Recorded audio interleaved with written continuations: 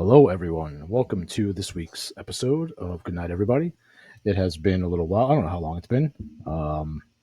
2 weeks? No. We did release an episode this past week. It just wasn't live.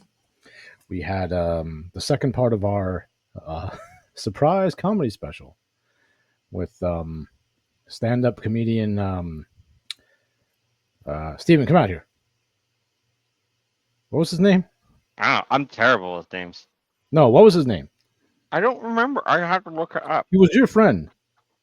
Apparently, Vitali, something Vitali. He's Italian. Hey. yeah, he's Italian. There's an Italian guy. Something Carl Spitali. Thank you very much for nothing. We had stand-up. He was a great guest, also. But He was a great guest. I did put a little warning for a couple of instances of Carl Spitali. I said that already, Steven. Well, okay, I looked it up. It's Carl Spitali. No matter what I do with my lighting, I look dead. It could be because you're pasty. I'm pale, but I'm not. I don't look like this. This has like a slight green sheen to it. Better But not this like a Fulton sheen. or this? Better this or this? This. Better The this second one. or this? That's less green. So if you're But it's more pale. Maybe that's better. it's not easy being green. All right. Anyway, tonight We're gonna demonetize this stream. Why would that demonetize? Oh no! Don't sing it. Don't sing It's it. No. copyright. Yeah. You did that with the episode that I missed that you guest hosted for the last time with the great Paul Rugg and the great John McCann. And I don't remember what it was. You had them do something which caused the episode to be demonetized. Thank you. Paul Rugg sent me videos to show on the show, like videos that like that he was in. He's like, here, show these clips. So he sent me clips, it was like and so I played the clips. Yeah, Freakazoid clips, and I played the clips. Show? Yeah, but he doesn't own the rights to it. Well, he should. We can get into that discussion as well. This is like a Michael Jackson, Paul McCartney situation. But I don't care about either one of those guys, so whatever. Anyway, we have an excellent returning guest tonight who will bring some professionalism to this circus. It is the real-life fake wizard. Steven, bring on the wizard I commanded. There he is. Wizard, how are you? I'm bringing my professionalism with me. Good.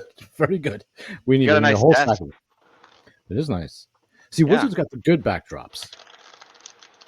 Yeah, they're a little messy, though. It works, but I might clip out of the scene. No, I haven't seen that happen to you. It happens all the time. Look, I'm in a glass box here. I'm like a mime. But you got yours is usually pretty steady. Because I've gotta say, I've watched you do. By the way, you have to stop saying yes to everybody. You're too big now. And if that includes us, so be it. I've seen you on some shows, man. It's like nobody, maybe even less people than this, which I thought was impossible. But you're big now, man. You got to realize you're big. You can't just say yes to everything.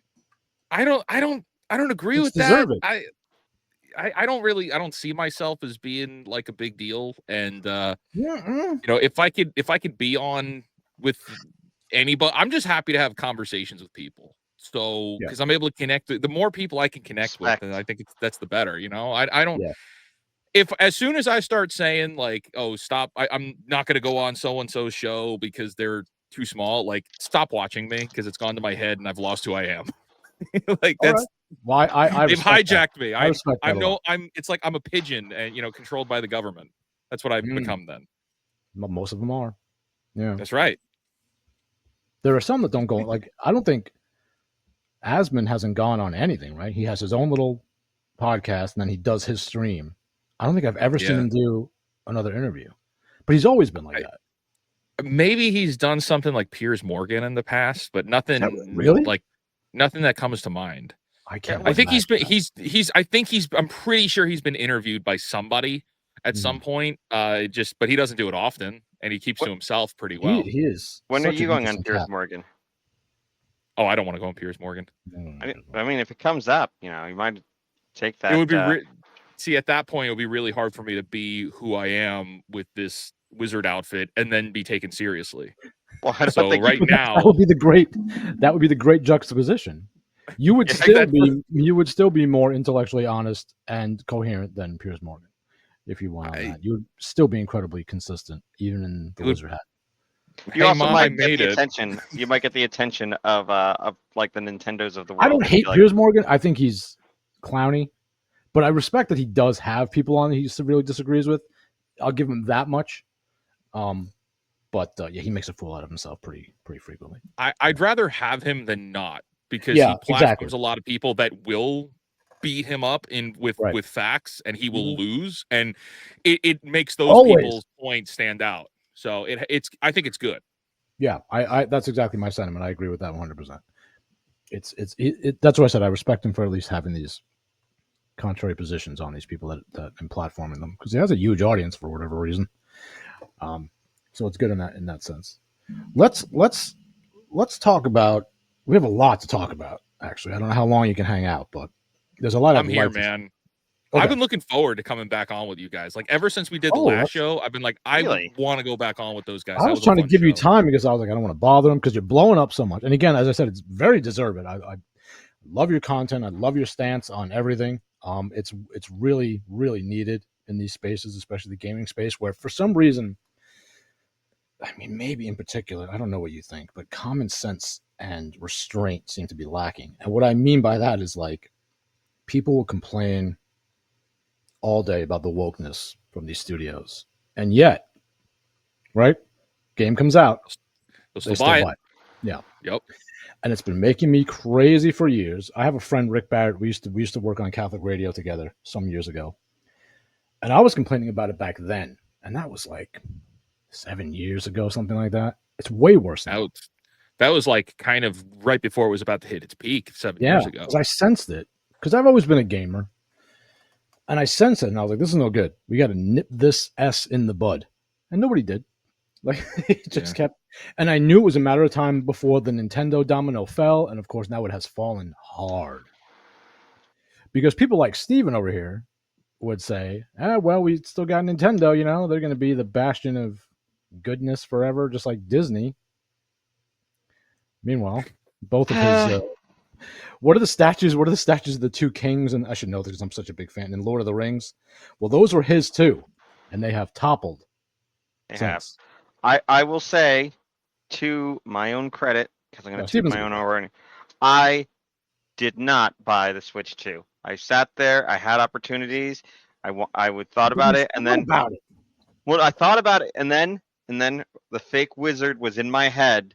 He's like, like.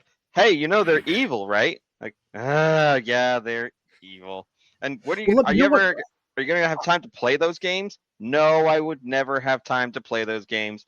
So why are you spending your money on stuff you don't actually want? Well, I remember he asked you. He made the same point that I tried to, but it's much better coming from a third party that you're not constantly in contention with, like me for some reason. But he said, that's love, though. Right? He essentially said, if your line isn't here, and you can correct me, Wizard, if I'm wrong. If your line isn't here, Steven, where is it? Like, what do they have to do? Come around and kick your kids physically? He didn't say that. But that was the point of the thing, was like, where will you draw the line? Because if you're not going to draw it here, you may never draw it. Right? Yeah, and so I drew it. And you did. So you did. I did not buy that system. And and so I had a little farewell with Nintendo party thing that I did for myself, not actual party, but I replayed Earthbound, and then I played Mother 3 because I had never done it, and now I am out. I'm gonna. Well, you don't have to stop playing Nintendo. No, I'm saying, like, I'm just. Especially stuff you already own. I'm gonna shut down my account, like my annual account with them. Oh, I see. Okay. So I won't be paying the money every month. Ago. Yeah. Well, that leads me into. We're going to jump around a little bit, and sorry, that's just the nature of the way my mind works. But that leads me to something I wanted to ask your opinion on, Wizard, which is, what about this idea of, like, because I've done this, and I don't see a real serious flaw in it, and maybe you can illuminate me if there is one. But what I tend to do, if there's something that comes out that I either really want to play for personal enjoyment, or I need to play because, we're going to talk about it on the show, or I want to discuss it somewhere else, but I don't want to give these studios money, I'll wait a few weeks for it to be on eBay, and I'll just buy it on eBay, because I'm not giving them a sale. I'm saving money, and I'm still getting to play the thing for whatever the reasons I need to play it. Is there a flaw in that reasoning? Am I missing something, or is that a good plan? Well, I don't think so. I think unfortunately though, and this, so let me take it back. That's something I'm dealing with too. They got the new Pokemon game that's about to drop. I've been a lifetime Pokemon fan. We've got a new Fire Emblem game they just announced. Yeah. Fire Emblem's in my top 3. Like, I love these games. The new Metroid coming out. Metroid, I want to play that too. Sure. But there's not a chance that I'm going to spend money directly giving Nintendo a dime. Like, that's not going to happen. So I've been looking myself, just browsing to see what is the aftermarket looking like with these Switch 2s. And it's like, yeah, all right, you can get it for $400. You probably get it on Facebook Marketplace for $400, $450. But I don't want to do that, and I've started thinking about it, and I really haven't come to a full conclusion about that yet. Yeah. But it's in the same way, it's a gateway. It's my gut is telling me that it's still a gateway process. It's still, you're still going to be scratching that itch, and are you going to be able to hold back when, like, hey, there's a new game that just drops, and you know, you want that too. You want that too. And like, I don't know. I wish I had a better answer for that. But it plays into, my gut is telling me that it's a bad idea because it's a slippery slope. Yeah. So I don't know. You're going to be able to be have restraint in the future. And I think that's because in gaming, that's such a big conversation point of restraint now. There's a lot of scary. FOMO. A lot of FOMO in gaming. Yeah. The first thing I had to break myself of, this was hard. It shouldn't be. But the first idea I had to break myself of was making myself realize that this game is going to be just as good, whatever it is, and fun, let's say 2 years from now, when it's $20. It's going to be better in 2 years, because it'll be patched, right, and all of the content will be out. You could probably get it for even cheaper, and it's the full you get the bundle. Game of the Year edition. But for whatever reason, I don't know if you've had this or if you continue to have this, but there's this feeling that, like, even if, and I'm not even talking about like online, I'm not talking about multiplayer. I largely avoid those anyway. Anything that I need to play it like now when it drops, I had to really break myself with that notion, which was strong. Have you experienced that? Is that something that's ubiquitous among gamers, or? It's not just gaming. It's marketing. Everything. Marketing has driven that into all of our minds, and this has been if you go to universities in the West, in America, they teach you to use strategies to make people experience FOMO. And so these gaming, especially in gaming, it's easy for them to do it in gaming because you're going to miss out on day one gear. You're going to miss out on pre-order bonuses. You're going to miss out on exclusive things that are available only in the first season that this game is available. Like, there are legitimate benefits to playing the game as soon as it drops. And oh man, you missed out. It was great on day one. Now that's a dead game. That's boring now. And they want games. They want games to become boring after 6 months of gameplay so that they could sell you the next one. Yeah. So it's intentional that we feel like that. It's sad, but it's true. It's hard to break free of that. I have, mostly anyway. I have, but my other point of contention and what gives me reservation about even going the eBay route a lot of times is, like, being Catholic is like the spiritual element of it. So that's what I'm saying. Yeah. Okay. So I really loved the game Kingdom Come Deliverance. Like, I loved it.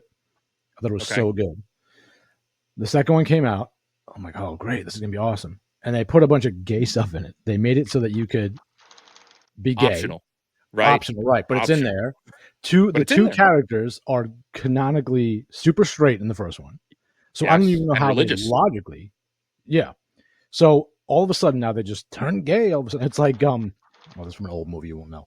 But it's like they just all of a sudden turned gay. So I was like, I definitely don't want to give them money. That's a given. Like, I'm not going to go out and buy the game direct from a store where the sale is reported to the developers. No thanks. But I do want to play it. But do I want to play it? Because I know what's in there. And even though I enjoyed the heck out of it, I did get it on eBay. But even for like really cheap. And I don't even want to say this publicly. Like, it's really good. And it's such a shame that I don't recommend that anybody play it. I definitely don't recommend that anybody buy it firsthand. You're talking about KCD 2, right? What's that? You're talking about Kingdom Come 2, right? Yeah, right. Exactly. Okay, just to be clear that you're not talking about the Switch 2. No. No, Kingdom Come Deliverance 2. It improves. Although, you know what annoys me? Like, they missed it. Like, what a stupid name. Because they missed the chance to call it something like Kingdom Come Redemption, right? Something like that. Like, use a different modifier instead of Kingdom Come Deliverance 2. Yeah. That's like, there's I forget who the stand-up comic was, but there's a joke. He's like, I passed this truck on the road, and it was for a roofing company, and it was Fiedler Roofing Company. It was Brian Regan. Yes, it was. And he says, now, how did he not think of Fiedler on the roof? My name is Fiedler. I'm going to be on the roof. Fiedler Roofing Company. And it just made him crazy. That's the kind of thing like Kingdom Come Deliverance 2. For me, it's like Kingdom Come Deliverance 2. You know, call it Kingdom Come Redemption. But anyway, that's besides the point. So, but my hesitation was like, even if I don't participate in those, the LGBT, whatever aspects of the game, they're there. And they were put there deliberately. Am I like spiritually transgressing into an area now where I shouldn't have? That was my hesitation. Yes. Yeah. Well, you can't talk though, because you're watching Disney all the time. I'm not watching the bad Disney. I'm watching the good Disney. Oh, okay. Well, I'm not playing the bad part of the game. I'm just playing the good part of the game. I mean, look, you put those classic Disney movies on, and they're great. They still hold up. Sure. Mm-hmm. But so when you're talking about that type of stuff, like I just don't want demons, Steven. You don't want that's demons. How you get demons. that is one way. But there's a good way to fight those. Yeah, that's true. See, I guess I'm not afraid of them. No, I'm not afraid of that. I ain't afraid of no ghosts. You have a ghost there. I've a couple ghosts. It's fine. You see the ghost sometimes. I have a bell that I ring if I see something weird. Did you get the bell done? I did get the bell done. You got it done, really? The whole thing? Yeah. I brought it. How long did it take your guy to do it? Did you name it? I did. They didn't ask me about it ahead of time. I brought the bell and I put it on the table, and I didn't tell the guy ahead of time. Because I just I could bring it back and just make sure it was done right. But yeah, if it didn't take like an hour, he didn't do the right thing. Okay, then I will talk to my priest about getting it done right. No, you probably it takes like an hour to do it. That's why I'm asking. I put the note on there. Asking for you can get bells exercised by a priest, and then demons. I want to know about these bells. This is fascinating to me. I'm not Catholic, but this is fascinating to me. Okay, so the idea is historically demons don't like. We can get into a whole rabbit hole with this because this leads into like both the world wars and everything. Like the real reason I think they melted the bells down was not for metal resources, but because they wanted a populace that was susceptible to the idea of entering into another world war. This is a whole other thing. But historically, the idea is that demons don't like the sound of bells, right? As it is. Right. But you can buy a bell, and as long as it's a brass bell, a natural metal bell, you can get what we call exorcised and blessed, which means that by a priest. And then you ring it in your house, and demons will just flee if there are any, they'll just get out of there. Interesting. So like exercise your house through the power of the sound of the bells. The power of the ringing of the bells compels the bells. Sorry, you were going for. So I told Steven, go and get a bell and do this. We were talking to somebody Catholic on here one day, and he said he would do it, but he didn't do it right, of course. Okay, apparently I didn't know the whole process. I would send you. I have the whole right. I can send it to me. Do it. Do the thing. Send me the right. Because I thought I brought it to. I go to a Latin Mass church, and I brought it and I put it down like, please bless and exercise this bell, piece of paper. And I came back out. The paper was gone. The bell was there. I'm like, okay, they saw it, and they took care of it. And it was after. No, you have to be there. It's a whole thing because you can name it. It's really cool. That's really cool. Yeah, I will. Then we'll get it done. We will get it done. Okay, that is exciting. Yeah, that is cool. It's a really cool thing. Yeah. All right, I don't know how we started talking about that. But, we're talking about demons. Because you brought up, you said I can watch Disney. I have my bell. I do have my bell, but apparently my bell is not an exorcism bell. I mean, they still don't like it. It's just a good bell. It's a good bell. Well, I mean, I like whenever I'm feeling a little bit weird. I sent you. Why are we talking about this? Yeah. Well, I got it from it's a brass bell. Yes, I got it from. And whenever there's something a little odd, I take it and I just ring the crap out of it, and then I feel better. And my wife complains because she gives her a headache, but I think it's because neurologically, those tones are supposedly actually good for humans. Yes. Yeah, my kids complain that I do like part of their nighttime routine. I do it. I'll ring the bell and be like, "It's too loud, Dad," and then I'll just ring it louder. Like demons don't like it. Dad, it's so loud. Like, yeah. I'm a good dad.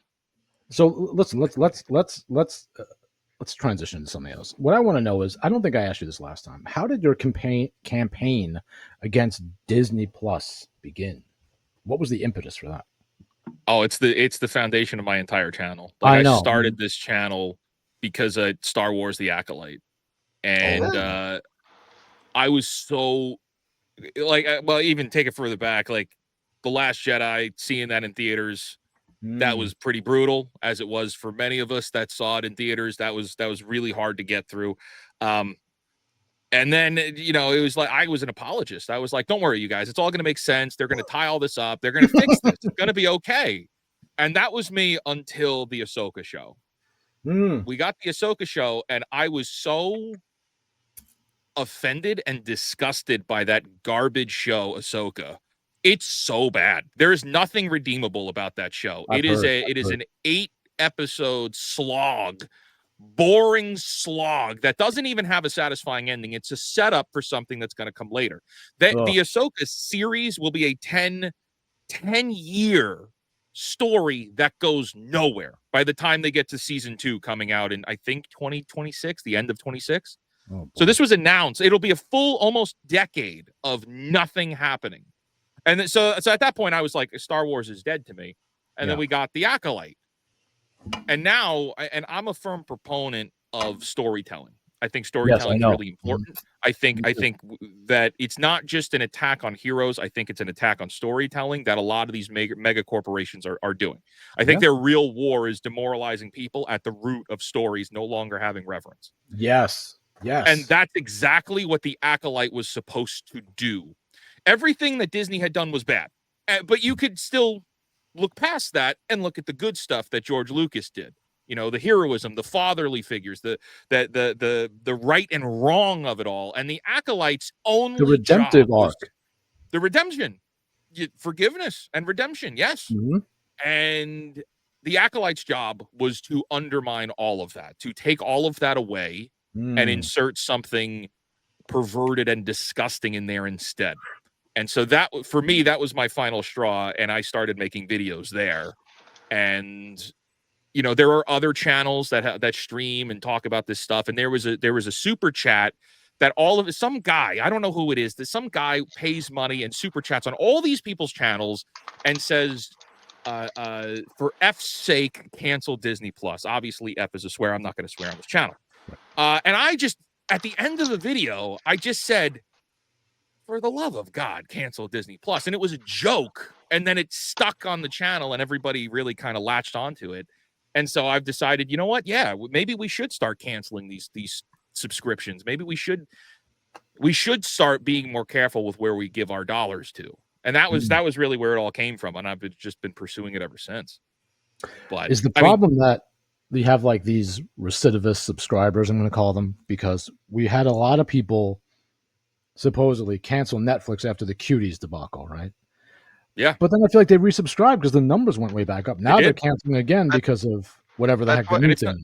What happens is that people will cancel their subscription in a huff, and then the new season of whatever Stranger Things, Bridgerton, whatever.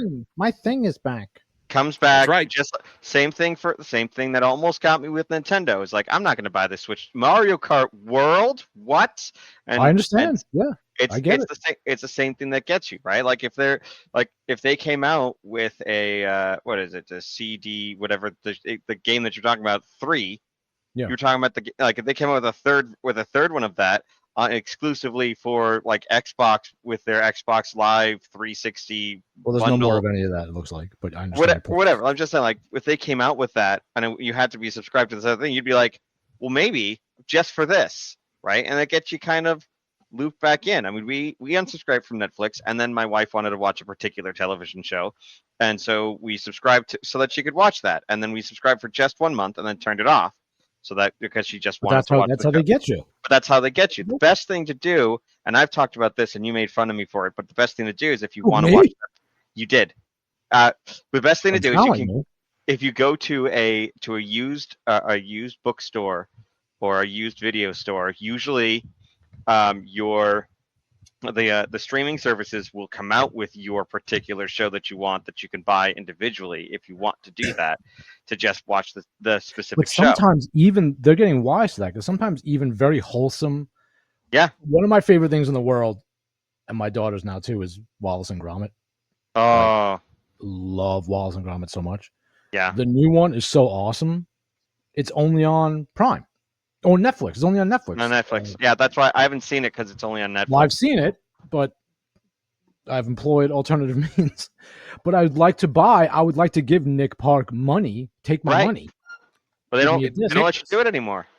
Well, they've all made their money at that point. They've already been paid. Yeah. So the only way you're compensating these developers when they've sold their stuff to Netflix is through ratings, viewership ratings. You can't actually support them. And what's sad is, like, you could still have millions of people watching something and that show will still get nuked, or that movie will not get a sequel because it didn't get an extra million ratings on top of the success it already had. So, or the right demographic ratings. It needs Fox was famous correct. for that. That was Freakazoid, which our good friend it was Paul everything Rush, on Fox and WB for like a period of 10 years. Yep. I mean, it was like Buffy, you had to get Firefly, the coveted all the Joss Whedon shows were doing very well, and they just killed them all anyway. There was because they Alias, weren't getting the coveted demographic for ad revenue, or like Freakazoid didn't get the coveted demographic for children. It was crazy. Well watched, but it was watched by like high schoolers and college students. The Tick too. The Tick too. The Tick, the Tick, the original cartoon, the original Tick, live action movie, the live action one as well. The live action and one, then the first one, the cartoon was so good. The cartoon was really good, but it wasn't a show that kids really understood, because a lot of the jokes and references, just like Freakazoid, but not even as much as Freakazoid or Animaniacs. I feel like that could have ridden on the back of. Doesn't sound right. That could have done well with the children. Yeah, but I mean, Freakazoid didn't do well with kids because that's true. But Animaniacs did. But anyway. Well, I'll also throw this out there. Another part of that. So they had the ratings issue, but with those shows in particular, because I've had conversations with the artists that worked on those shows. Yeah, we're friends with Paul Rugg and John McCann of Animaniacs and Freakazoid. Yeah. I've spoken to Warner Brothers animators, and like they were explaining to me that what was happening was they were outsourcing all of that work. Yep. To other countries, and that caused a lot of turmoil with continuing those shows. Yeah, Korea and places. It's crazy to see where it all went. Yeah. But it was and it's a shame too. All the DC animated universe stuff moved over to Korea. The Simpsons, I believe, was animated in Korea, or still is animated in Korea for a long time. All the Fox animation went to a particular studio in Korea, so the writers would write, and then they record the voices, and they'd send over like the basic design of each scene, and then the Korean animators would take over the rest. There's an old graphic novel about that. It's called Pyongyang: A Journey in North Korea, and the whole thing is about how, and this was from decades ago. It was a true story graphic novel. It wasn't like a, it was biographical. This guy the journalist traveled to Pyongyang, North Korea, and this is North Korea, and a lot of the stuff was being done there. Animation outsourced in North Korea back then, which is extra crazy. They never say that it's South Korea. Whenever they're talking, they just say Korea. So it could be North. It could be like that the studios have some sort of deal with the devil, with the Pyongyang, and yeah. Well, that's a graphic novel. I'm really not into comics, especially these days, but that's worth reading. It's really interesting, especially if you were into any of those animated shows and you're interested at all in what it's like behind the curtain there in North Korea. It shows how he had to have like a guard escort him everywhere he went, and they had to pause in front of every picture of the dictator. The great leaders, they call them. All this really interesting stuff. All the animation quality just started to like plummet as soon as it all became the same. Like the stuff that they had in the early 90s before they started moving everything overseas was like there was a particular art style. Yeah, like X-Men.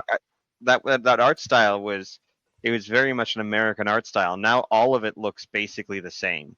It's all like flat color animation, or computer generated animation stuff, and nothing. It's all the post Cartoon Network. Yeah.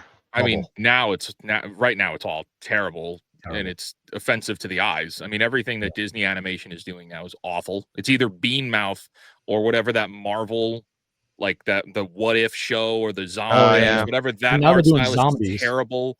I can't stand the Clone Wars animation for Star Wars and I can't stand it. I don't like it at all. But it's all of that now, and it's cheap, and you could tell it's cheap. Well, it's like you look at CGI.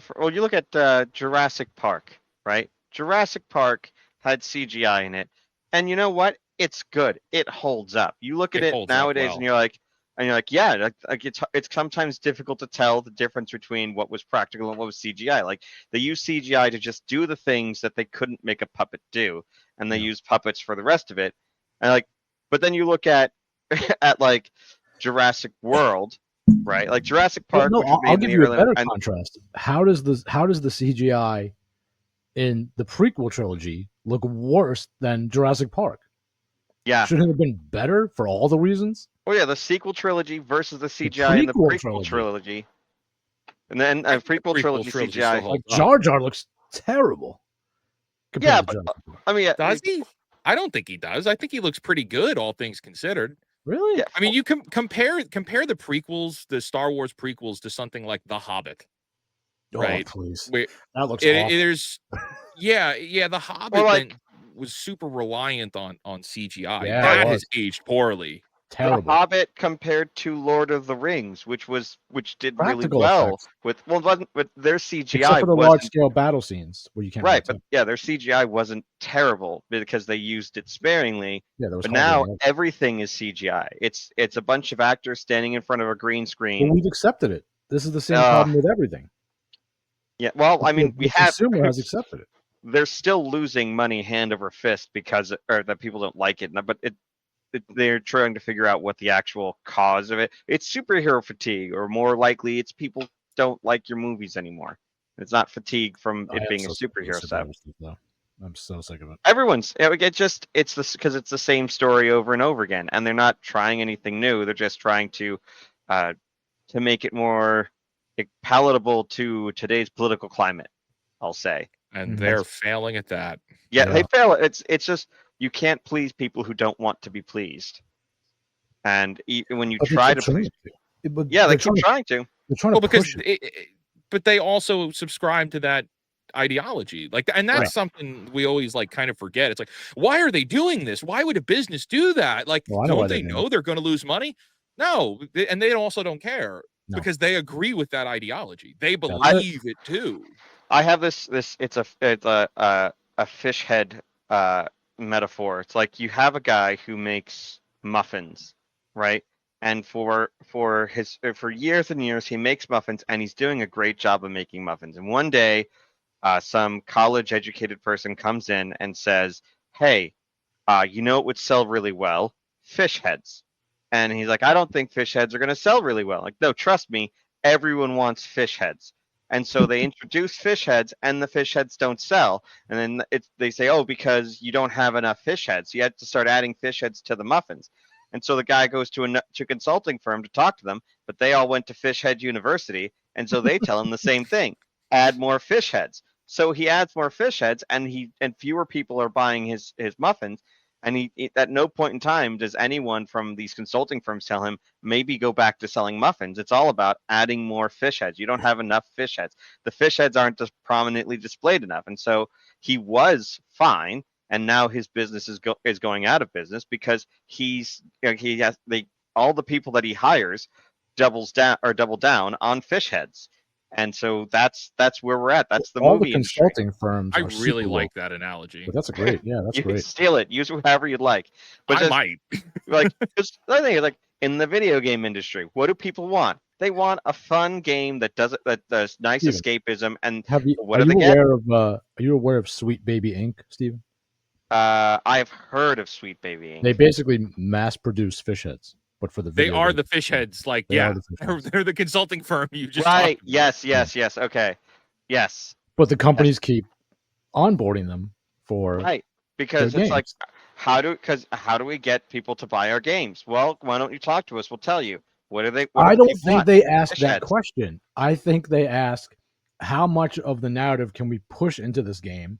Where can we fit this agenda? Where can we fit that talking point? And Sweet Baby Inc. says here and here and here and here. I mean, I don't think they asked, how can we sell more of this game?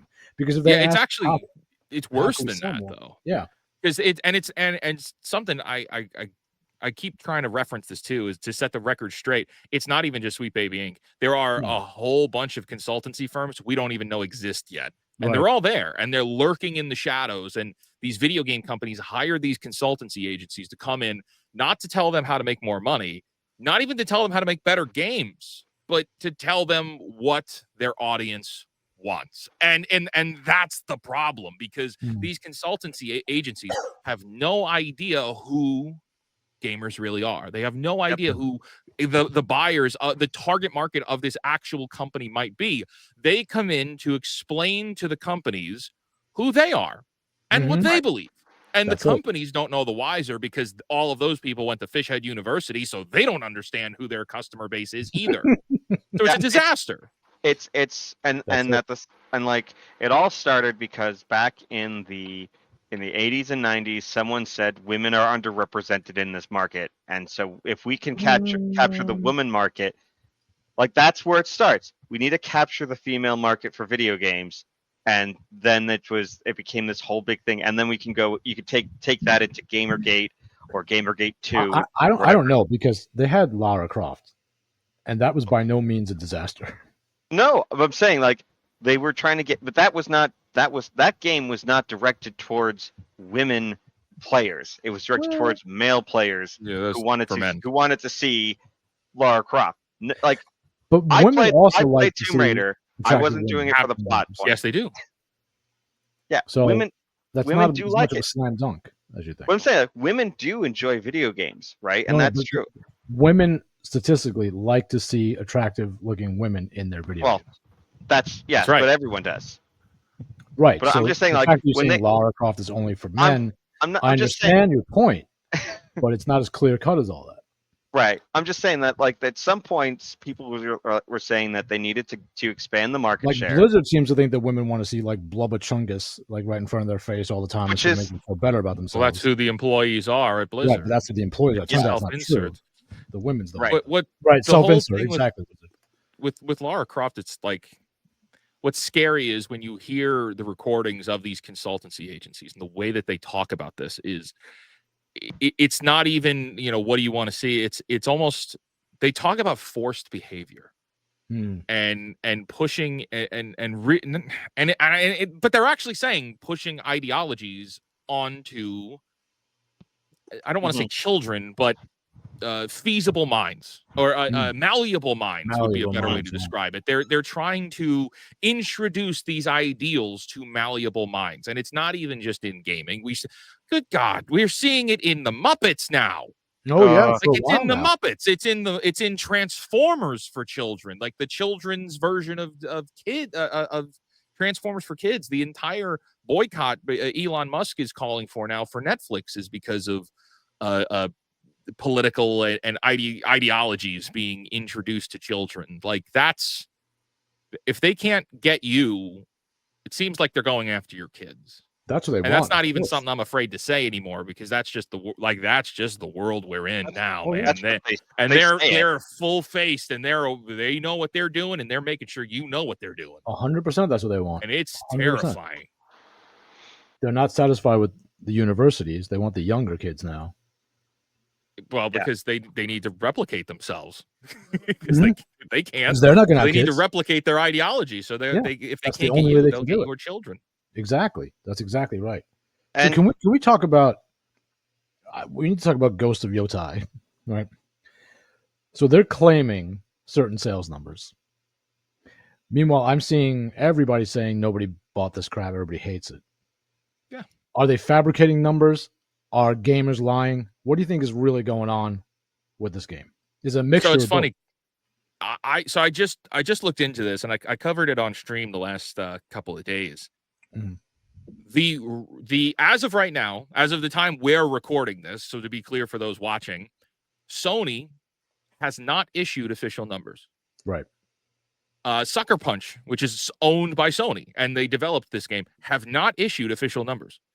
The only numbers that we have are, trust me, bro, access journalists who are saying that they got it from their sources on the inside, that these are the numbers coming out.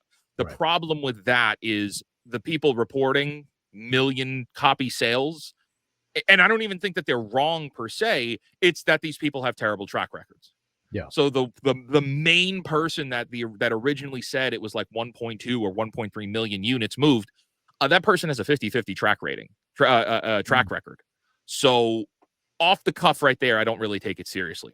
What I will take seriously on this is the silence coming from Sony and Sucker Punch. Yes. If this game moved boxes of units, millions and millions of units, they wouldn't shut up about it because they want their shareholders to know, hey, Xbox is having trouble. Nintendo might be having trouble over there. Sony isn't. We just moved 3 million copies of our game. But we're now in the week number 2 of this game being out. We're almost at the full second week here. No word from Sony, which indicates to me either this game isn't selling, which I think it is. I think it is selling. But I think it's not selling to their internal metrics that they have wanted to report. I think that this game is going to break even, but it's not going to sell 15 million like its first game did. It's terrible if we get anything other than a complete flop. That's a real indictment of gamers, big time. Because not only is it garbage made by garbage people, starring a garbage person who hates everyone that plays it. They hate you. Watching everybody.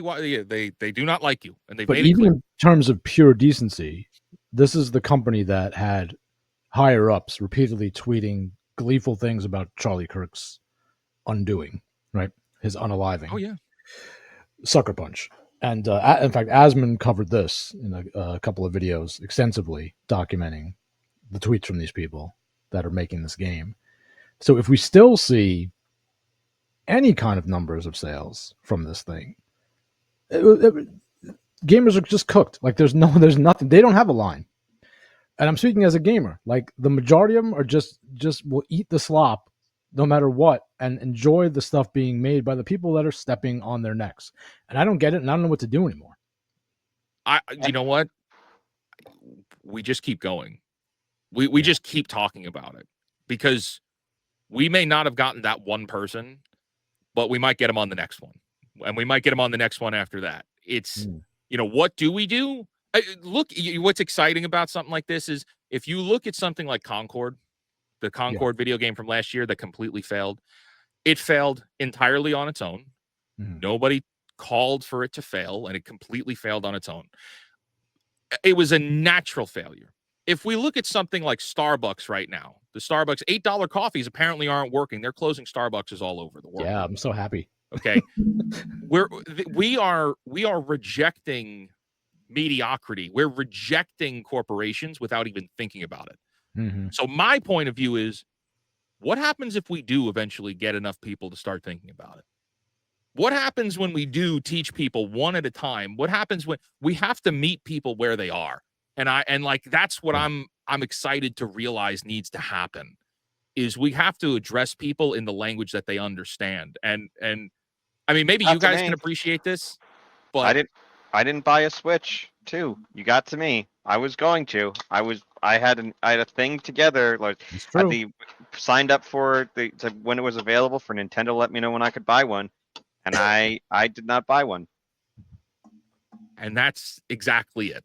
That's how it goes. If we talk to one person at a time, you can move mountains over time. Here's my question, Wizard. So, in regards to the Concord thing, and the larger point about this is, Concord was supposedly garbage as a game. Is it easier to do this, to have something fail when the game is actually crap? It was something like Ghost of Yotai is probably fine because Ghost of Tsushima was pretty awesome. Is it harder then to get these people to reject it because game fun, so I don't care what, the protagonist, the actress says? The Concord gameplay was actually fine. Like the actual gameplay of Concord was okay. It wasn't that terrible of a game itself. I mean, everything else around it was bad, and maybe the maps were a little too big, but you could have fixed that over time by releasing different types of maps. They had roadmaps of content to be released, and the people that I know personally that did play it because they had to cover it, they said, yeah, the game itself, playing it was okay, but everything else around it was embarrassing. Okay. So it was a perfect storm of, it was still mediocrity. And at the marketplace as a whole just said, yeah, and not for $40. It doesn't look good enough for $40. You're trying to Marvel Guardians of the Galaxy this thing and nobody wanted it. Is it going to be more of an uphill battle though when it comes to, like we were talking about at the beginning of the video, Metroid Prime 4 and the new Pokemon and the new Fire Emblem? It's going to be harder to get people to be convinced to reject these things based on the principles of the company behind them, because it's Metroid, man. It's Pokemon, right? They're going to be good games. They may be awesome. So how do we fight that uphill battle? You just get them one at a time. And that's really all it is, because there will be one person who hears the message that, hey, Nintendo is bad, and then doesn't buy the new Pokemon game because of it. And if you get that one, then that person will get another one. Yeah. And then that person will get another one. And it might sound like cliche or weird, but I've always thought about it as you're going and making disciples almost. That's really what it is. I've looked at it kind of biblically almost. Well, it is a spiritual battle. I mean, let's not that's exactly it. That's really it. And if you 100%. If you win their heart when you meet them where they are, they're not going to fold later on, because now you've kind of built a foundation for that belief. Now they understand that participating in that system is not only bad for them, it's bad for everybody.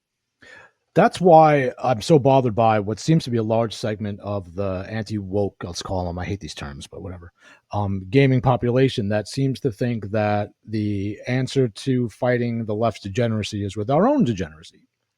Right? Yeah. So I agree with that. We become extra perverted, and that'll teach them. Like that to me is that's not it, man. But how do we? It's like we're fighting on two fronts, right? If we believe that, like, okay, I like seeing attractive women. I don't need them to be naked all the time or engaged in whatever kind of acts in order to feel like we won the culture war. Like, that's not winning the culture war. That's just substituting degeneracy for another kind of degeneracy, right? So people like, I think Grums does a lot of good work in his way, but when he's focused on like how big can we get the thighs to be, it's like I'm not here for that. You know what I mean? Like, call me whatever. I agree. So that's frustrating to me, in addition to the battle we're fighting on the other front with the DEI and all the other things that come with the left's so-called side of it. It's a balancing act in the like video games in the like in the 90s you had Conker's Bad Fur Day, right? Like was, but you had those games that came out, and Grand Theft Auto and stuff and things like that, and those are nothing now. I know, I'm just saying that's the ship was tilted this way, right? Mm-hmm. And then there was a correction and an overcorrection, and now it's in this really other weird part. Like you're trying to tilt it towards like decency, and you're going to be fighting the other people who are going to try to pull it down to the other side. So like you go and you try to talk against naked women in video games, and then someone's like, yes, that's right, women shouldn't be attractive in video games, and we should promote this DES. And you're like, nope, let's pull it back. It's like, okay, it's okay to have attractive people in video games. People like to see attractive people. Yeah, we want to see them naked. Like, nope. So it's this fight's been a fight it's been this fight in the movie industry from the beginning of time. It's been the fight in books. Like, it's like, oh, women like romance. Okay, so then you have romance novels that come out. Yeah, and it's like, okay, no.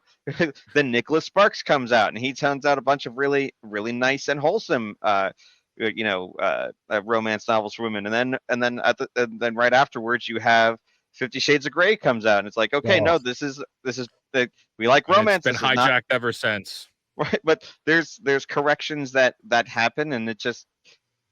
You have to choose the devil you currently want to have fighting for you to try to help you right the ship, and then fight against them when they've gone too far, and it's tough. Well, this is the Stellar Blade thing. It's like Stellar Blade's gameplay is a lot of fun. It's a really good, solid action game. They can have an attractive female protagonist like Lara Croft, no problem there.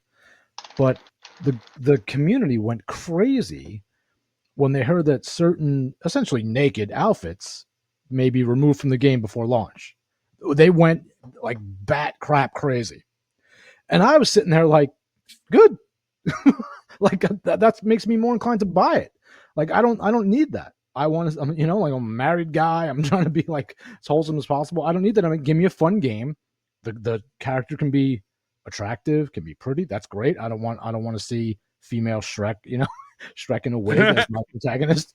But like, I don't need to see her essentially naked either, like right in front of my screen while I'm trying to play this game. Like I don't need that. But the community went crazy. Like, I mean, I don't like to use the term incels, but it was like a lot of these incels were screaming about that. And I don't see how we fight a moral battle and claim moral superiority when that's our hill that we're trying to die on. Make them more naked, make the boobs bigger. Well, see, that's the difference of. So, firstly, I'm not really interested in social movements and boycotts, right? So I want to like that's my baseline with that, right? You look at something like Elon Musk and his protesting now of cancel Netflix. That's temporary. It's going to go away. Stranger Things is coming out in a couple of weeks, and everybody's going to sign back up. So that stock price is down. It's going to come back up, and this is not financial advice. It's just what's going to happen. Yep. So that's I'm not interested in getting involved in social movements because you can have bad actors involved. So exactly what you guys are saying. It's like on one hand, yes, we want to be morally superior, but then you're going to have talking heads over here that, well, I don't know if I agree with everything that person over there is saying. So that's number one. And that's why I'm like, I don't care about boycotts. I don't care about hashtag movements. I don't want to go to a protest. I want individuals to start making individual choices, right? Yes. That's what and be willing to stand alone. And so something else you said before about like, some, when a game's first come out and they feel like they don't want to miss out, like that's a big part of it is people don't want to feel like they missed the boat. Awesome. Yeah, that's a big deal. But as far as something like this, and it is the Stellar Blade thing, I love that. I love that. And I love that, people that even those you would name incels, right, would be willing to say, well, yeah, but it's fine. I mean, that's even if that's what they are. I'm not talking down to them. In fact, I'm going to talk up to them in a second. I'm glad that they are finally getting the courage to start standing up for something, because that means that soon they'll be willing to stand up for something worthwhile. And is it a matter of just emotional maturity at that point? Then is that what you think, that they'll get past that, like me want boobies, and eventually they'll get their hooks into something more substantive? Have they been given anything other than that? No, they haven't. That's a good point. Have we tried to meet them where they are and show them a different way? I don't know. And this is something that I really, and this is why I love being on the show, because I think you guys would understand this. Most people don't. Like most people don't have a religious background. I do. Like I said before, I'm not Catholic, but we'll fix it. I'm very Christian. Right. Well, the ones that do, they're not willing to dive into these topics through that lens. And I think that makes me crazy also. They're reluctant to be like, I don't want to see this through. This is entertainment. It sits somewhere apart from my faith. Well, why? Oh, well, see, that's everything. And I think there's still a way. They haven't been shown an alternative. There is no alternative to some of these people. It's either polar opposite here or polar opposite there. And it's like, no, there is actually a middle road that they don't know exists. Because there are no heroes anymore. There are no people to look up to anymore. Our culture has taken them away. And that's unfortunately, you look at somebody like Grums, and Grums does a lot of good, but he's also done a lot of bad. And he's been a lot of controversies that he should never have been a part of, and he never should have let himself get exposed to things like that. So is this guy really your hero? And it's like, well, I would, like I said with Piers Morgan, I'd rather have him doing work, right? Because he does good work. But he's not the guy we should be looking to. And that's where I'm kind of locked on eventually getting to a point of we need a standard of excellence. Like men need a standard of excellence to look to in this new world. And and this is where I think we would probably disagree. I don't think our churches are getting men where they are. And I agree with that 100%. We would not disagree with that. Oh God, I'm relieved because I really wanted to talk with you guys about that. My parents are super. I was raised going to different churches through different denominations. I got to see everything. My father was. I spent a lot of time in the Catholic Church. I got to see everything. Oh yeah, okay. And like my biggest walk away from that is you're not reaching people where they're desperate for you to reach them, and they think they're trying. We are failing this fight, man. Wizard, have you seen the state of the institutional Catholic Church lately? I mean, yeah, we're not blind to it. It's forget it, man. The entertainment industry has been completely compromised. We know that the church hierarchy has been very compromised in a variety of ways. Since the 60s. Right. But the thing is that the way back to the church needs to help to get men back to being men, and there are movements within the church to try to get that happening. But they're all Stephen. They're all run by dorks. Right. Like I see all these like masculinity shows, and they're like fat dorks in khakis that don't fit right. I mean, I'm sorry. No, you're not wrong. I'm saying that. And then they wonder why these young men are gravitating to Andrew Tate, because Andrew Tate could wipe the floor with the 5 fat dorks sitting there talking about masculinity that are within the church. That's why. You know who might like the probably the best, and I don't mean to get political here, but the best male role models that we have are Michael Knowles, who is Michael Knowles is terrible. Michael Knowles is a good good man. No, he's not. He's not, Stephen. You run in these circles of the people I'm talking about, which is why maybe you don't want to get into this on the. But he's also all we've got. You know, he's one of the the numbers are so few. We don't have who to look to that Michael Knowles is someone you'd look to because there's no one else. You could, but then when he compromises on something major, then you go, now he's losing a lot of people, and then people have to think, oh, maybe he wasn't right about this, and maybe he wasn't right about him and Matt Walsh too. Same thing. Yeah, says some good stuff and then says something absolutely retarded that makes you. What we have as like men will gravitate towards the strongest voice that they hear, right? And so what you have are on the masculine side, the men who are genuinely masculine but then compromise on occasion, right? Because they still have their issues, right? Like you have the Matt Walshes, you have the Michael Knowles, you have like the critical drinker who talks a lot about masculinity and the importance of masculinity and all of his things, but then at the same time he's also talking about his like prostitute girlfriend or something that he always just brings up in those videos. Like he makes great points. You don't know. He doesn't actually. I don't think that's why I don't like the whole Friday Night Tights circle, because they're just as degenerate as anyone on the left, but on their own side. They're not bringing wholesomeness, true masculinity, true ethics, true higher standards. But I think you can reach those people. I think you can reach their viewers. You can reach them. I'd rather have them there because they are priming people for the next step. Yeah, those people are primed to the next step. Definitely need that's them. What's exciting. We definitely need them. All I'm trying to say is we can't stop with these people. These cannot be our end. They're a stepping stone. They're a good place to get people on the right track. Even Andrew Tate has his place, right? Right. There are things about Andrew Tate that are helping men get to the next step, but they need to take those next steps. Same thing with Jordan Peterson, who got I'm not saying he's perfect. I'm saying that he got a generation of men to think about how to be men, who had nothing. But there's nothing masculine about Jordan Peterson. So when we say about thinking about being men, what shape is that taking, Steven? I'm saying he put on a Joker outfit and talk but see, that's it. It's what we have now are imperfect people that are bringing out good points that we can differentiate between that. But we still don't have like that one person or that one institution to bring people forward. I saw Jordan Peterson live in 2024, and that was one of the greatest lectures I've ever heard. And and the thing, and I feel so dumb because I didn't record it, and there is no recording of it. So my notes are chicken scratch. And he was discussing the idea that the problem we have now is that people can't find where to look. We can't find where to go. So we're settling for things that we know are wrong because we don't know where to look. Our heroes are all gone. Yeah. This right here. What's that? This is a book, and I just got it back. That I am. Oh, a book. No, I'm saying Father Dwight Longenecker. Father Dwight Longenecker. He's terrible, Stephen. He is. That guy is the worst. I understand. And he just did it again, like yesterday. This book, though, that he wrote is actually really good. I'm not saying everything he does is great.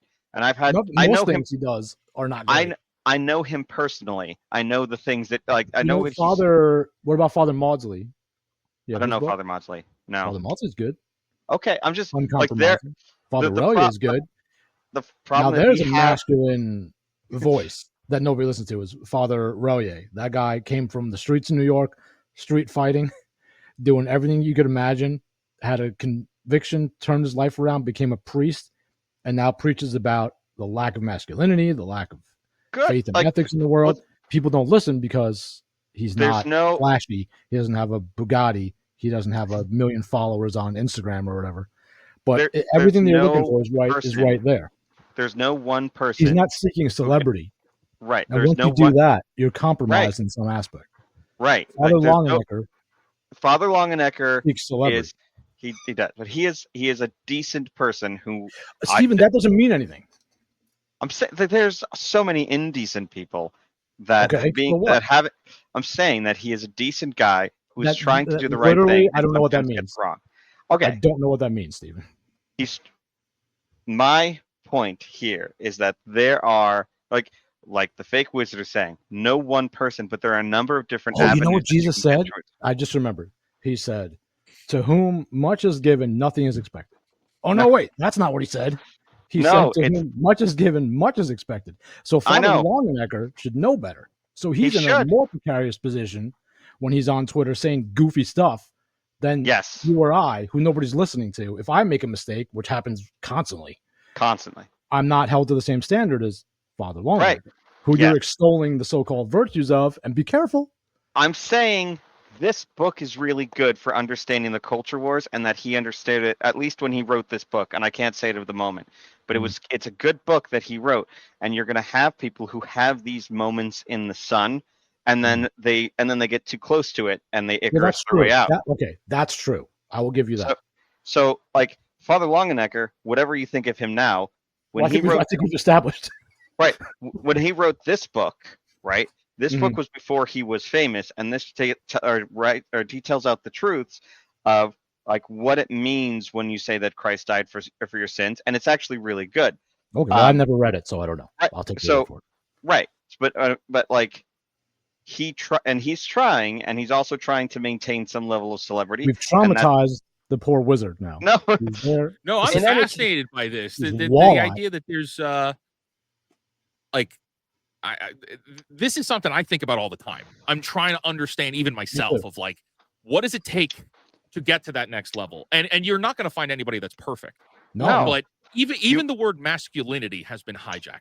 Yes. Right. Femininity has been hijacked. These are terms that have been hijacked all the way dating back to, as far back as you can go. They've been changing the terms of and what they mean and what they stand for. When you say masculinity to a common person that has no idea, that probably wouldn't be watching the show, they think the first thing that might pop in their head is 1950s man beats up his wife and kids. Like that is what has been so 100% in our world. And I would even take it one step further. You know, you're talking about the significance of Christ's sacrifice, right?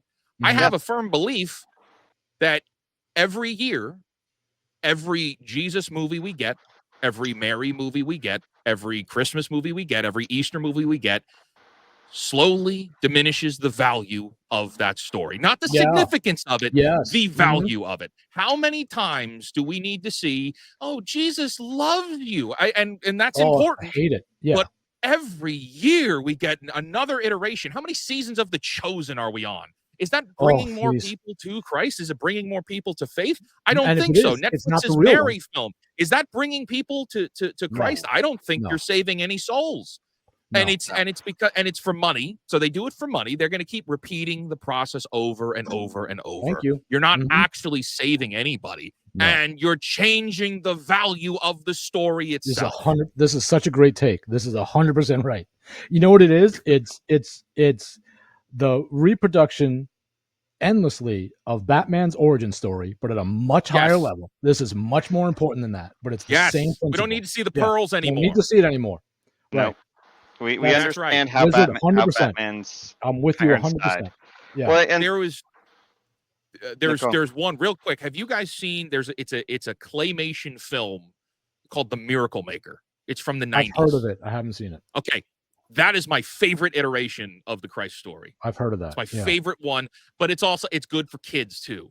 But it's serious, and it's the only one that I could think of where Jesus is stern and he's serious. Oh, that's what they need. It's claymation animation, and the voice is Ralph Fiennes. Oh, nice. Okay. So it's a really good voiceover for Jesus. Check that out. That is, you gotta watch that one.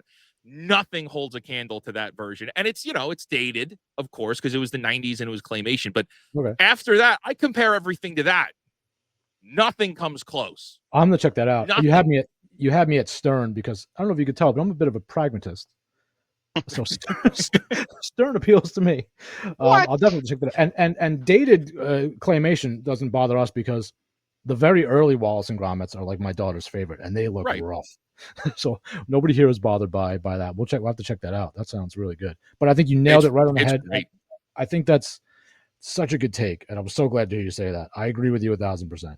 And there are so many issues. I mean, there's like I said, we could talk about all this stuff forever, and I definitely wanted to have you back on. Yeah, but if you haven't been traumatized by my ranting. Dude, this is like one of my favorite shows to be on. So please, bring me back anytime, dude. I'm here. Well, we'll hold you to that because you're one of my favorite guests, definitely. And I love your perspective on all this stuff. And your research is always excellent when I watch your videos and your shows. And you're very nuanced. You're very balanced. You're not browbeating anybody. You're not talking down to anybody, but you're giving them the truth. And we need that about all the. Where's Steven going? Steven's picking up his Chinese food that he ordered. No, cards. I have a deck of cards that I like. Is it from Patrick Coffin? No, these are deck of cards. They are not magic. They are Donald Duck cards, and I have them. Burn them, Steven. When I'm sitting and just listening, my hands have to the flames. You need a fidget spinner. Well, I don't like the fidget spinner. I like doing this. So it's I take the cards and I spread them out on the table and I flip the popping things. Do you like those? Like the they're too loud. No, they're oh no, they're quiet. No, they're quiet. Oh no, those ones. Yeah, no, they frustrate me. I've got my when my daughter was very young. I mean, she's still very young, but when she was like 2, we got her. She has a rosary one. It's a little popper to help her learn the. Yeah, they frustrate me. The popping frustrates me. It's its own thing. I like cards. I do cards. That's I do too. I thing. love cards. I can throw cards really well, actually. So sometimes I try to do the flipping of the cards, and then the cards fall off, and I have to just. Yeah, I mean, I've got just 2 decks here with me, so. With a Donald Duck card. One is a Donald Duck set. One is a regular bicycle. Oh, Destiny cards. I have Destiny cards, and I've never even played this game. My brother got this somewhere, and I don't know where. But yeah, Destiny. I used to have the Gwent cards somewhere. I think somebody fabricated them on Etsy. It wasn't like an official thing. Wasn't official? I'm sure they sell official ones now. I don't know. Maybe they do now, but I wouldn't buy it now though. But just like see, that's a really good like acute gaming world example. Like good old games does so much good work in game preservation, but they're owned by CD Projekt Red, who are terrible. So it's like it's everything. It's everything. At some point we should have a discussion on the like not commodification, but like how you like those stupid pop figurines that are for everything now, and like the idea Funko, but like that merchandising. How like you have a pack of Destiny playing cards, right? Like you can get like anything merchandise on it. So it's like, oh hey, I like it's like I want to have I like Settlers of Catan. So here's a Settlers of Catan little box that makes some noise and something what is that? It's for your desk. I thought it was kind of neat, and I'm as a victim of my own. Is it just a light, like a night light? It's kind of like a night. It also makes cool. like calming noises here, but like where'd you get that? It makes calming noises. Well, yeah, it's supposed to be like a white noise maker kind of thing. Hold on. When I think being calm, I think Catan. Everybody gets crazy playing Catan. You hear that? Cool. What did you get such a?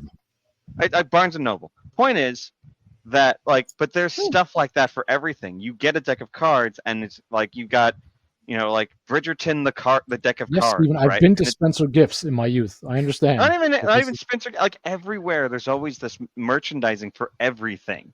Like everything, like you can't just you talk about. You have Destiny cards, or there's some other kind of card. Like Nintendo will come out with a game, and then it's like, okay, now we're gonna sell stickers for that game, hats for that game. We're gonna sell all sorts of this other merchandise for this game, and we eat it up. And I'm just as guilty as everyone else. You did use the right word, by the way. I don't know why you said merchandising. No, commodification. Commodification. Well, I mean, commodification is like games themselves are a commodity that you can buy, but like merchandising for them and like there's a particular implication to the term. Baseball's the flamethrower. Exactly. That's the implication. Right. That's the implication when you use the word commodification. So you're right. Right, but like in like Spaceballs, like they were joking about it because it's like, hey, the toilet paper. Right. It seems like there's that everything we're gonna slap labels onto it, but now it literally is like that. Like I went to a baseball game for Fight Club makes the same point. Yeah, but it's like I'm getting older, and as I'm getting older, I'm getting tired of all this. Planet Starbucks. Yeah. Just doesn't look like it's going to be Starbucks though. No. Well, that's another thing you could talk about is like how everyone's like these video game companies are really pricing themselves out of their own market. But I don't know that they are, because I think that there were like record sales for the stupid Switch. Again, I don't know if these numbers are inflated. Wizard, you probably know better than I do. How did it do? The Switch 2 is selling well. Yeah. Mm-hmm. Well, but will it sell well over time? They knew we all knew that it was going to explode for this year, and that's also why they had the staggered release for all these games, so that they could show every month. Oh my gosh, we're selling more Switches each month, and well, why? Oh, well, you dropped Donkey Kong a month after, so when the next batch of Switch 2s arrives in all the stores, that's when the new game drops. They sell out immediately. Yeah, of course. We got a new Pokemon game. We got the Metroid game. Their Nintendo is very smart, but. Evil. What we're really going to find out is how it does when we get to year 2 and 3, because that's when the Wii U fell off. That's when the 3DS had problems, because they need to sustain this growth into the long term. Because that's how the stock market works. You have to sustain growth. Right. You can't do well. You have to do well over a long period of time. You have to do better every year. That's another. I could talk for hours on how much I hate investors. Well, that could be another show. I know it would, because I could literally. I've seen so many good businesses, get destroyed by investment culture. Yep. Yeah, I believe it. Mm-hmm. Yeah, like I've been in those businesses, like as my job, and I've seen what happens when investor money comes in and how it ruins everything. And the company's always like, no, we got all this extra money so we can hire more people, so we can do more things. Like, no, because that's not how it works. Every penny that we spend, we have to justify to a bunch of people who don't care about the product and only care about getting their pennies back. When I used to watch Shark Tank, I used to spend the predominant amount of the time yelling at the people to not take the deal. Never take the deal. Go on Shark Tank to show off your product, and then walk away, because those investors are going to bleed you dry. Yep, that's it. That's how they make billions of dollars, not from giving money away to good causes, but for. Okay, sorry, got off topic. Why are you sorry? That's great. That's a good topic. It is a good topic. I have to get going soon, and I know. Well, let's wrap up then. We'll just wrap up, because we'll have you back. Keep going forever. But yeah, absolutely. Before we do wrap up, there's one quick question. Do you see 3 hours later? No, this will be quick. Is there any company right now in the video game space that you could feel completely ethically justified in supporting? And I'm talking about the bigger company. I know there are indie developers. You have we didn't talk about the Portal. Okay, so maybe you can tie in the Portal to this. Are there any big developers in the space that you feel are not marred by any of the serious ethical, spiritual controversies? And then also on the heels of that, can you talk about your Portal? Yeah, you know what's sad is there are none that come to mind really quickly. No, that's sad that I it's not like there's that guy that does that brand that does really well. So no, there really aren't any big companies that I could think of, and I wish there were. I mean, we could talk about something like Sandfall, the guys behind Expedition 33, right? But that's still not big. That's still scratching the indie sphere. But no, I and because of something like that, so I started this fake Portal initiative in between when we last met, and it's with the idea of, I keep saying like, hey, we should stop buying AAA games, we should start playing indie games, and then people, the general response back is, well, I don't know where to find them. Where do I look? And it's like, oh, well, go on Steam and you just scroll for hours and you'll have a hard time. Discoverability is a real problem in the indie sphere. So I started and put my money into creating this fake Portal website, fakeportal.com. And we're up and running now, but this is the kind of thing where people are going to watch it become something while we're building it in real time. So it's not even like fully complete. Yeah, it's out. We've got hundreds of games on there and a lot more on the way. But really funny. And this is like a total side tangent. We're going to wrap up. Just upon announcing that the thing was turned on, we've been attacked nonstop. Of course. We have been attacked. The fakeportal.com has been attacked nonstop. And not in ways that people just like who were angry and watching their hitting on their keyboards would attack us. I mean, we've gotten hit from people that know exactly what they're doing and where to strike at a new entity online. I wouldn't even say business because we're doing this for free. But they knew where to hit us. They got us good a few times. So yeah, this is up and coming. Our goal is to get to 500 games listed by the end of the year, and we should be doing that. I think sooner than the end of the year, but yeah, it's a lot of fun. And finding these games is like, some of these are awesome, and they're a couple dollars, and we never would have known they were there. So yeah, this is our goals for right now. This is excellent. Everyone should go and check this out. I'm going to buy one of these games. Which one would you suggest as if I was just going to grab one at random, sight unseen? Hyperlight Drifter. That's successful already, though. Did you play? Are you a Fire Emblem fan? I haven't played Fire Emblem. Okay. So that's Symphony of War right there. That's similar. It's a strategy game. I love the strategy games personally. Okay. But then there's another one on here that's directly inspired by the Fire Emblem franchise called Dark Deity. And that seems pretty fun too. So I would check those. Those are at the top of my list. Okay. And I like those. Spellforge, Spell Rogue is on there. That's another strategy game. I like that. But yeah, we have a lot. And we have a lot more to get added, which is exciting because we're taking recommendations from other people. So if you scroll to the top, it says submit a game, and people can submit games that they want to have added to this list. So under games, it says submit a game. Oh, submit new games. Hey, there we go. There we go. Awesome. Yeah, there we go. That's what I really respect. What Donkey started doing too. He's publishing these little indie games. Animal Well, which is awesome, being the first among them. This kind of stuff, we need more of these kind of initiatives. And this is what a great resource this is and will continue to be. And I think this is really going to blow up. And thank you for creating this. And thank you for joining us again. And we'll have you back very soon because always a great conversation with you about stuff that no one's really. These are the angles that people are not really talking about things from, and that I wish more people were. And I love getting it straight from you. And you're, as I said, always very well researched, always well prepared. And unafraid to speak the truth plainly and in love, as we would say. It is with love, because you know how great things could be.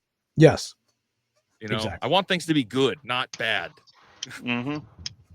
That's the best, the simplest, the most pithy, but most important way to put it. I agree with that. Things should be good and not bad. Well, thank you so much. Thank you so much, Wizard. Thank you, Steven. And thank you everyone that is watching this. And we'll have the Wizard back very soon. I will link the fake portal and his YouTube. And do you want your X account linked too, Wizard? Is that good? Yeah, sure. Okay. For my we'll link all that in the description. And we'll see you all again soon. And for now, good night, everybody.